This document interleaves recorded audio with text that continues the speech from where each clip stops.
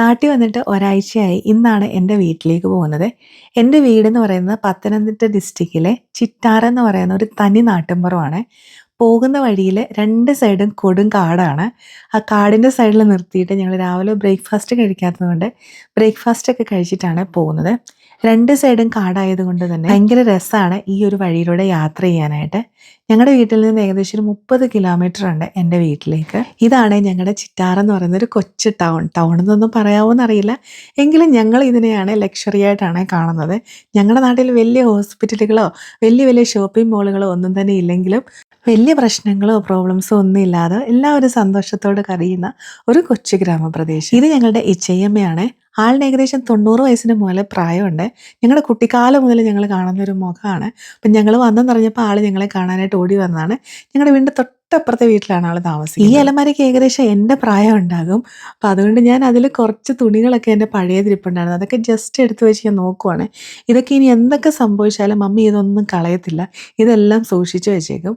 Mummy വന്നപ്പോൾ തന്നെ ഞങ്ങൾക്ക് നല്ല ചിക്കൻ ബിരിയാണി റെഡിയാക്കിയിട്ടുണ്ടായിരുന്നു. പിന്നെ ഇതാണെങ്കിൽ ആത്തമരമാണ്. ഈ കെട്ടിയിട്ടിരിക്കുന്ന മുഴുവൻ ആത്തയ്ക്കാണ്. ഈ കെട്ടിയിട്ടില്ലെങ്കിൽ കിളികൾ വന്ന് കൊത്തി തിന്നുമെന്ന് വിചാരിച്ചിട്ട് മമ്മി ഇങ്ങനെ ഓരോ പ്ലാസ്റ്റിക് കവർ വിട്ട് കെട്ടി വെച്ചിരിക്കുകയാണ്. പിന്നെ ഞങ്ങളുടെ നാട്ടിൽ കൂടുതൽ ഈ കുരുമുളക്, കാപ്പിയരി ഇതൊക്കെയാണ് കൂടുതൽ ആൾക്കാരും കൃഷി ചെയ്യുന്നത്. അപ്പം മമ്മി ഇങ്ങനെ ഓരോന്നിങ്ങനെ പഴുത്തത് നോക്കിയിട്ട് പറിച്ചു തരുവാണ്. ഞങ്ങൾക്ക് ഭയങ്കര ഇഷ്ടമാണ് ഈ ഒരു ആത്തയ്ക്ക. ഞങ്ങളുടെ കുട്ടിക്കാലത്ത് മുതലേ ഉള്ള ഒരു ആത്തമരമാണ്. അപ്പം അത് പോയിട്ട് ഇപ്പം അതിൻ്റെ തൈയായിട്ടോ എങ്ങനെയൊക്കെയോ ഇത് കിളിച്ചു വന്നതാണ് കേട്ടോ. ഇതാണ് എൻ്റെ നാടെന്ന് പറയുന്നത്. ഞാൻ ജനിച്ചു വളർന്ന വീട് ഇതല്ല, ഇതിന് തൊട്ട് താഴെയായിട്ടൊരു വീടും കൂടിയുണ്ട്. അവിടെയാണ് ജനിച്ചു വളർന്നത്. അതിന് ശേഷം പണിത വീടാണ് ഇത്. ഈ ഒരു സ്ഥലവും വീടും ഇപ്പം സെയിലിനായിട്ട് ഇട്ടിരിക്കുകയാണ്. കാരണം പപ്പയും മമ്മി ഇപ്പം ടൗണിലേക്ക് ഷിഫ്റ്റ് ആവുകയാണ്. ഈ ഒരു വീടും വസ്തു വാങ്ങാൻ ആർക്കെങ്കിലും താല്പര്യമുണ്ടെങ്കിൽ ഞാൻ താഴെ കൊടുക്കാൻ നമ്പർ, അതിൽ ബന്ധപ്പെട്ടാൽ മതി. ഫുഡ് അടിയൊക്കെ കഴിഞ്ഞിട്ട് പിന്നെ ഇനിയിപ്പം ഈ ഒരു വണ്ടിയുടെ ഡിക്കി നിറയ്ക്കുക എന്നുള്ളതാണ് അടുത്ത പ്രയത്നം.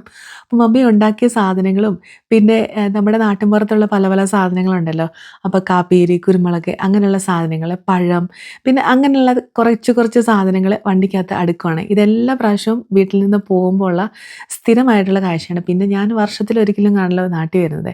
പിന്നെ ലാസ്റ്റ് ആയപ്പോഴാണ് പപ്പ ഓർത്തത് കുറച്ച് കപ്പയും കൂടെ പിഴാമെന്ന് വിചാരിച്ച്. പപ്പയ്ക്ക് ഇവിടെ ചെറിയ രീതിയിലുള്ള കൃഷിയൊക്കെയാണ്. പ്രായമായതുകൊണ്ട് വലിയ രീതിയിലുള്ള കൃഷിയൊന്നുമില്ല. അപ്പോൾ പപ്പ കപ്പ പറിക്കുവാണ്. അപ്പം മോന് സഹായിക്കാമെന്ന് പറഞ്ഞിട്ട് വന്നിരിക്കുവാണ്. അപ്പം നല്ല ഒരു മൂട് കപ്പയായിരുന്നു.